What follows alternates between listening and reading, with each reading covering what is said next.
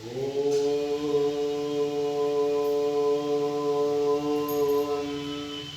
नमः शिवाय। नमस्ते टू एवरीवन। पूर्व सांख्य थ्योरी क्लास और प्रैक्टिकल क्लास आपण मानक दिया जाइथिला। वर्तमान समस्त थ्योरी समस्त प्रैक्टिकल को both offline mode online mode रे आपण मानकु प्रोवाइड करा जाउछि। ता सहित प्रतिदिन रो क्लास रो सारांश फिजिकल मोड ऑनलाइन मोड रे प्रतिदिन संध्या 8टा समय करा जाउछि। ता सहित प्रश्न उत्तर कार्यक्रम भी संध्या 8टा रे करा जाउछि।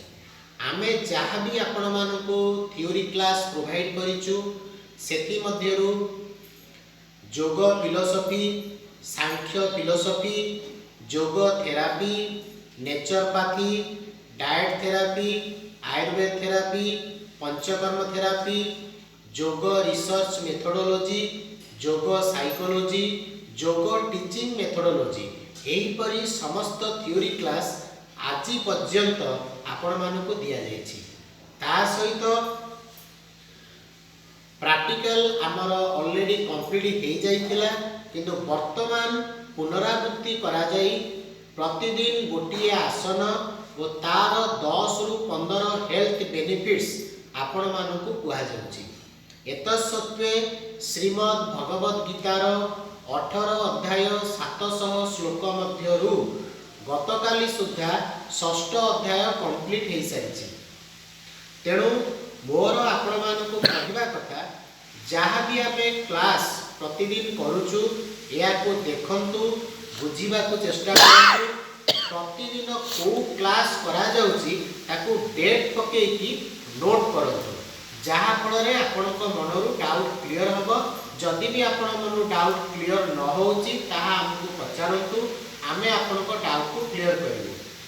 तापरे आमे जो चार्ट संबंध में आलोचना करथिले जो माने कहि देइछंती किंबा जो माने बुझी परना ताहा हमकु पचारंतु, आमे चार्ट किपरि करा जीवो से विषय आपण मानकु बुझेइ दो।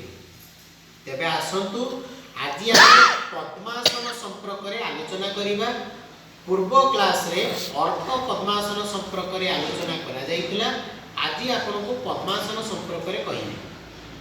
तेणु प्रथमे तार हेल्थ बेनिफिट्स कौन से विषय आगे जानिबा। एक रे मानसिक सुस्थता बजाय रहे, 2 रे शारीरिक सुस्थता वृद्धि हुए, 3 रे हजम वृद्धि हुए, 4 रे निद्राहीनता समस्या दूर हुए, 5 रे ब्लड प्रेशर कंट्रोल हुए, 6 रे बॉडी रो फ्लेक्सिबिलिटी बढ़ी थाए, 7 रे जॉइंट पेन दूर होई थाए, 8 रे मेडिटेशन पाई ए आसनटी भलो होई थाए, 9 रे स्पाइन हमर स्ट्रांग होई थाए, 10 रे स्ट्रेस और एंजाइटी दूर होई थाए। यह हला पद्मासन रो हेल्थ बेनिफिट्स। एबे आसनु जानिबा पद्मासन किपरि करा जाय।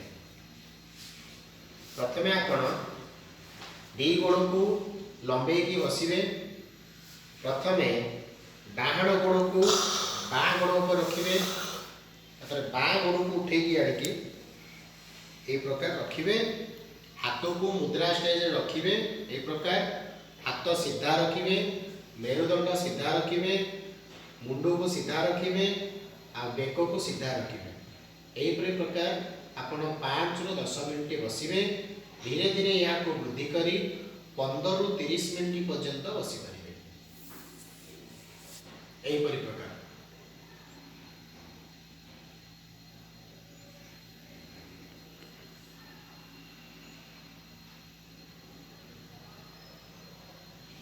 या पद्मासन बोली कही था। तेणु आज आम जो प्रैक्टिकल विषय आलोचना कले या प्रतिदिन अभ्यास करूँ। हेल्थ बेनिफिट्स को मन रखा को चेष्टा करूँ। यह आपणकर उपकार निश्चिंत आसीबो।